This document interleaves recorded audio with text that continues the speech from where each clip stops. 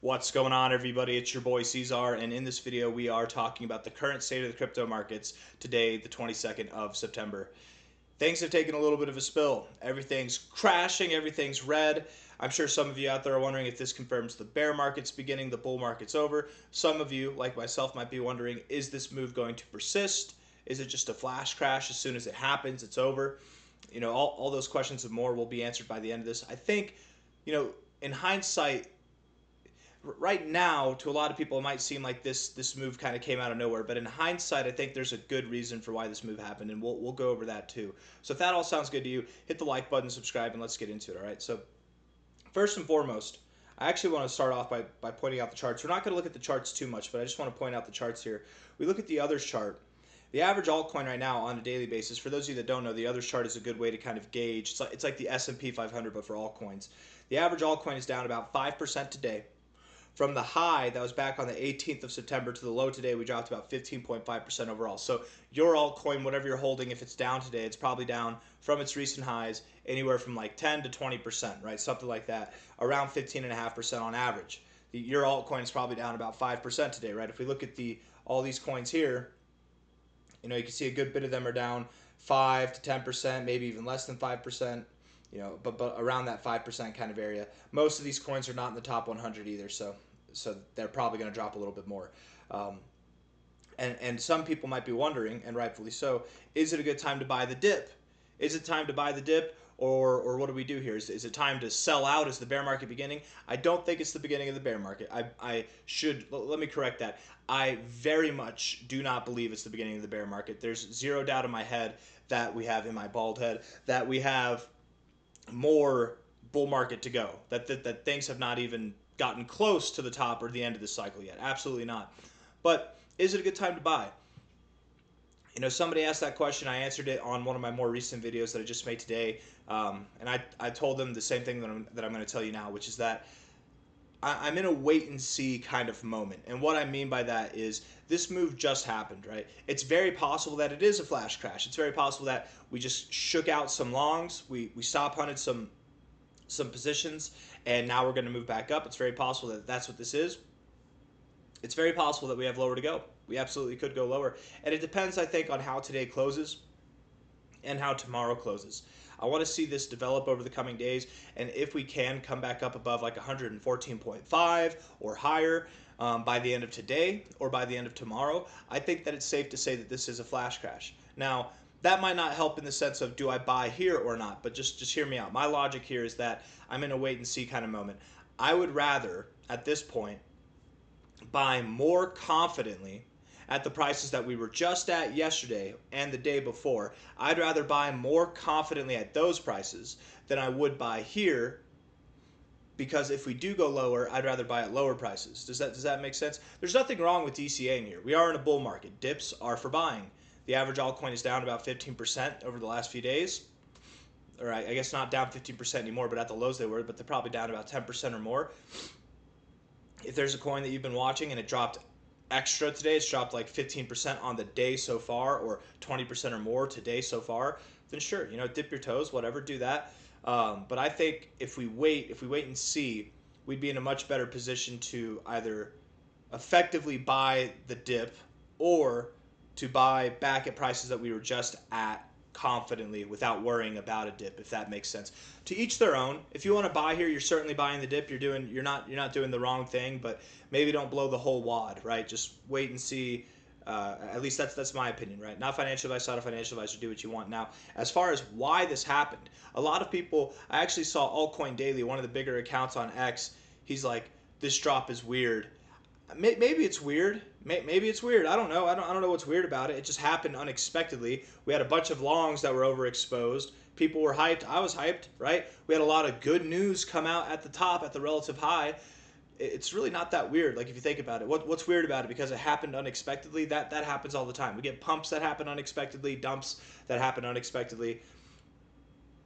It might be weird, but if it's a flash crash and then we come back up, that's not weird either. Bitcoin typically does crash. We get these little flash crashes right before we do break out and right before we do move higher. So, I mean, it's really just another day in the crypto world as far as I'm concerned. Why did this dip happen? it might seem weird that this dip happened. It might seem like a weird dip if you don't know why it happened. And I think I have the answer. I think I have the answer. Okay. We look back here. Again, it was the 18th. Do you guys know what happened on the 18th? Was it what day did the GDLC ETP list? Was it the 17th or the 18th? September 19th. Okay, so it got approved. It must have, let's see, get approved. What day did it get approved? Must have been the 18th. September 17th. Okay, because we got the news. Okay, that makes sense. We got the news. The official public confirmation from the SEC followed the next day. So we got the news on the 17th. Okay. We got the news here on the 17th that the GDLC, which is the first basket of cryptos ETP ETF that got approved in history, that happened on the 17th. The very next day, the 18th, we had Dogecoin and XRP both get their first spot ETF approvals and listings, okay? Those are three very big ETFs, ETPs, whatever you want to call them, that all happened at a relative high point, okay? Typically, whenever you get good news, and typically whenever you get ETFs, let me just put it like this, you'll never see an ETF list at a low point. You'll never see a move like this and then you get an ETF. That's not what happens. It's always something like this and then you get your ETFs at the high, which is exactly what happened. We look back at Bitcoin. If you guys remember the video that I made recently, we were talking about this in regards to XRP and Dogecoin. When Bitcoin got its ETF, it dropped about 21%. And that happened over like a 2-week period. Whenever Ethereum got its ETF, it dropped about 39% or 31%. I forget what it was. It was 30-something percent, almost 40%, I want to say. And that happened over a 2-week period. We just got these ETFs approved a few days ago. The reason why I'm in a wait and see kind of moment right now, and I think everybody should be, is that this very well could persist for another 2 weeks. Now, I'm not predicting that. I'm not making that call. If it does persist, it's not in this video or from this video that me saying I was right is going to stem. It's going to stem from the next couple of days waiting and seeing how things go to validate that we are going to continue going down across the board. Because Dogecoin and XRP getting ETFs, I don't know if that's enough to shake up the whole market. They are two of the top 10 cryptos, and you have a basket of ETFs holding, Bitcoin, Ethereum, XRP, Solana, and Cardano. I mean, that's pretty big too, but a lot of those already had ETFs as well, or are on their way to getting ETFs approved. So I don't know if that in itself is enough to cause a market-wide correction that lasts about 2 weeks like we saw the other ETFs. But those ETF approvals for Bitcoin and Ethereum both did provide flash crashes. They did provide flash crashes, and they did last more than just a few days. So that's why I think it's important to kind of wait and see. Let's wait and see how it goes. I would much rather buy at higher prices with conviction than I would buy here, and then over the next week and a half things go lower and I could have bought at lower prices. Now if you want a DCA, you want to buy at lower prices, or you want to buy here and at lower prices, there's nothing wrong with that, right? Don't let me tell you what to do. Do what feels right to you. None of this is financial advice. I'm not a financial advisor. But again, with what's happened, with the recent transactions that have taken place over the past couple days here, it is very possible, and that weekly close that we got with Bitcoin, it's very possible that we go lower. The last time we had a weekly close like this was back here, and we did go lower over the next week, right? We could go, maybe we go down to $108,000. Maybe we go down to $110,000. Maybe we see a lower low. Our Bitcoin liquidation levels, if we look at over the past 30 days, we've cleared out a lot of longs. We've piled on a ton of shorts. The shorts have definitely come back with the force, but a lot of these longs still outweigh the shorts. We'd clear out all these longs, or a majority of them, if we went down to about $106,000, which would take us just below this low here at 107.2K, 107.3K. If we were to go just below that low, imagine that from here over this next week, we drop, we go just below 106K. We see a slightly lower low, right? Just like we did here. We had a low here. We thought we were going up, and then boom, we got a slightly lower low. People were freaking out. People were calling for us to go back to 60K right here, right? People are probably doing it right now. I don't know. I haven't checked the socials. But I'm just saying, I don't think that it would be the worst thing ever if we were to return down here. In fact, what I'd want to see, and again, I'm not calling for that, I'm just more prepared for that if it happens, and hopefully preparing you too for it if it happens. What I'd want to see is that if we move lower, that it happens fast, that it doesn't take 2 months to get down there, that it doesn't take 3 weeks to get down there. It happens either by the end of this week or by the end of the month. That's ideally what we would see. If it takes longer than that, that'd be a bit disappointing because then we bleed into October, which October is typically one of the more bullish months. I think that we've got very, very good things coming over the next couple of months here, by the end of this year for crypto. I shouldn't say over the next couple months. I shouldn't say by the end of this year. What I mean is through the rest of this year, every month. It's going to be fantastic. It doesn't mean that we're just going to have straight upside the whole time. You know, we might look back at it and it might feel like that, but in the moment there will be volatility, there will be ups and downs and all arounds, and we could be kicking that off by the end of this month, if not sometime in October. It just depends on what we do over the coming days. So again, just to wrap it up and put where my head's at, my head is at a place of hairlessness. This shakeout literally scared the hair off my head, and not really. I'm not scared. I hope nobody's scared, because this, if you are scared, let me just tell you right now, this is my third bull market. Okay, I've been in this since 2015. This kind of stuff happens. We get flash crashes right before we move up. This is probably a good sign.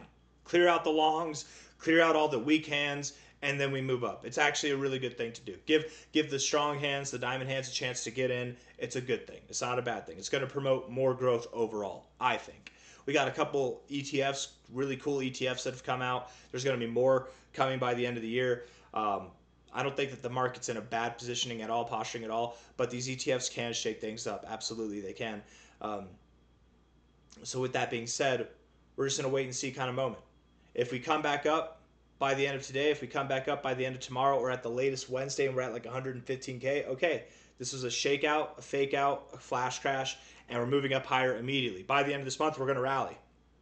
But if we stay down at these areas, if we can't get at least back above 114K over the next couple of days, sorry, I have a cough, that could be a problem. That could definitely say that, hey, these ETFs, this was a buy the hype, sell the news event, and we've only just begun to sell the news. We've got lower prices to go. We're going to clear out some of these over leveraged positions, and then we'll move out. Once there's more pessimism, once there's more fear, once everybody's freaking out, there's blood in the streets, that's when it's time to move up, right? Typically, that's how it works. So let's just wait and see.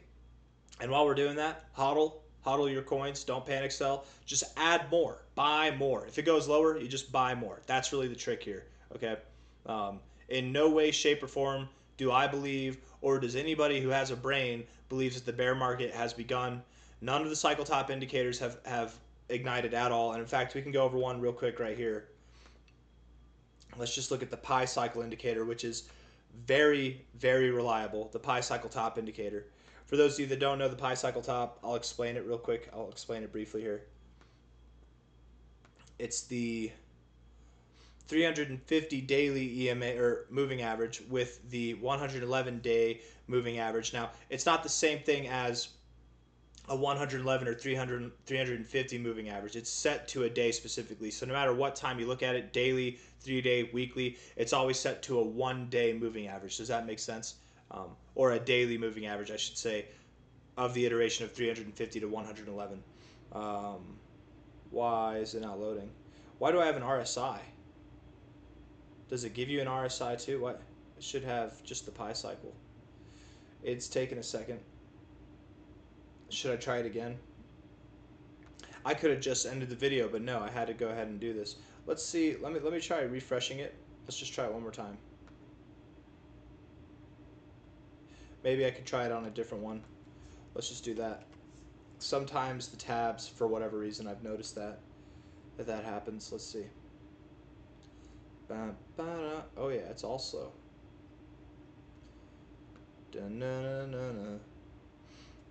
If you want to wait around and see, I think that this is a good kind of validation to why the market is definitely not, the bull market's definitely not done. If it would just load though. I don't know what's going on. Okay, here, yeah. This tab is just very slow. I think it's holding things up. I might just delete this tab because it's a bad tab. Bad tab. All right, looking at the pi cycle top indicator here. If we're looking at this on a weekly basis, you can see that last cycle, as soon as the red, the way this works effectively is the red, whenever the red crosses above the green, that's the pi cycle top, okay? You look back here, whenever the red crosses above the green, it's literally on that week precisely. Literally right on that week precisely. We go back to the prior cycle, right here, red crosses above the green on that week, precisely the high, right there, literally right there at the top. Pi cycle top here, it's a little bit above it, or a little bit early this time, but to be completely fair, this wasn't the cycle top, it was an interim top, and it still called this peak very, very well as well. Showing that we can see multiple pi cycle tops in a cycle, just so you guys are aware. And I wouldn't be surprised at all if we had something like that happen this cycle, but really all I'm trying to say is that the pi cycle top happens once the red line crosses above the green line. At this rate, the green line is at a $200,000 price. Now, I don't know if you've paid attention, but typically what happens is, just like back here, before you really started to rally, you're at a high point, you're kind of consolidating for like 3 or 4 weeks right here, okay? Your red line at the highest point was right here at 14K. Your green line at that time was all the way up at 21K. By the time you had the pi cycle top happen, guess what? The green line moved up. The green line moved up. What I'm trying to get to is, right now, the pi cycle top would happen at 200,000. But if Bitcoin moves up, guess what else is going to move up?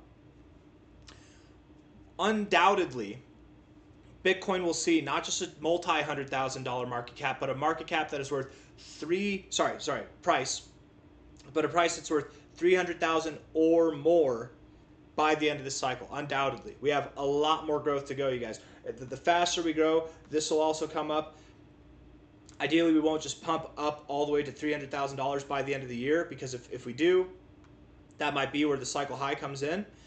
But if we can, pump here, come back down, kind of pump and consolidate, and then get to $500,000 in a timely manner, I think that we really could stand to get to that $500,000 level sometime in May or April, and that's where I think we're going to go. We're nowhere near it, right? All that to say, we're just nowhere near this. This flawlessly executed cycle top indicator that's worked every single bull cycle so far, and that a lot of pros use, a lot of novices use. Anybody can use it. It's not it's a special tool, but it's not like exclusive, right? Anybody has access to it. And beyond that, there's so many other indicators that we could go over. I think I left the RSI on here for a reason. The RSI every cycle as well, we look at this, has gotten above the 90. Every single cycle, we've gotten above the 90. We haven't even gotten above the 90 on the monthly time frame once this cycle. We've got a lot of room to grow. We've got a lot of time to do it. I don't believe that this cycle is going to end this year. I don't believe that the cycle has ended now. I do believe that we have more to grow going into the early parts of 2026. There's even logic to be made of the cycle extending into the middle of next year, June or July. I don't think that's going to happen, but I have seen a couple of measurements that align with that. I think we're cutting into the bear market too much at that point, but I do believe that what we're going to see, I was actually talking to my wife about this last night. I think what we're going to see this cycle is an extended bull market. We're already seeing it. It's going to take longer. So therefore, we're going to have a shorter bear market, okay? You might think longer bull market means longer bear market, right? But no. Longer bull market, because it goes in a 4-year cycle for crypto, for Bitcoin. Longer bull market then means that there's less of that cycle pie for the bear market to eat. So it's going to be a shorter bear market. I think that we're going to have a longer bull market this cycle, shorter bear market next cycle, and that will impact the effects of the bull market in the next bull market, which I believe the next bull market is going to be shorter. It might be one of the shortest bull markets we've ever seen. And the following bear market should be longer than the bear market we're about to experience, just thinking very prospectively here. But I went off on a whole tangent there. That's just a little cherry on top of my Nostradamus theory there, I guess. I'm saying Nostradamus because it's like we're thinking in the future, not because it's going to be this like horrible, terrible thing. It's not like world ending. I'm just talking too much at this point, so I'm probably going to end the video there. I'm not worried about the market at all. There's nothing to be concerned with. Lower prices are blessings, and if you act accordingly, you'll be rewarded accordingly. If you act emotionally, you'll learn your lesson one way or another, right? There's a good way to look at it no matter what. You can panic sell and make the wrong decision, and guess what? You still get a valuable lesson. You'll be more prepared the next time a flash crash happens. You'll be more immune to it. You'll know exactly what to do. Or, you know, maybe you're feeling like panicking now and you're feeling emotions. You should just not do anything. You should just sit on your hands, right? You should just not do anything at all. And then by the time that the market comes back up, you learned your lesson there as well, but with no cost because you just didn't make an emotional decision financially. Or you can buy the dip, which is also, you know, going to just reward you more. I don't know. There's a lot of good ways to look at it. It just depends on what you want to do. But I'm ending the video because I'm rambling. So hit the like button, subscribe, take care. My crystal forehead says we're gonna go to the freaking moon. You just gotta wait. Bye bye.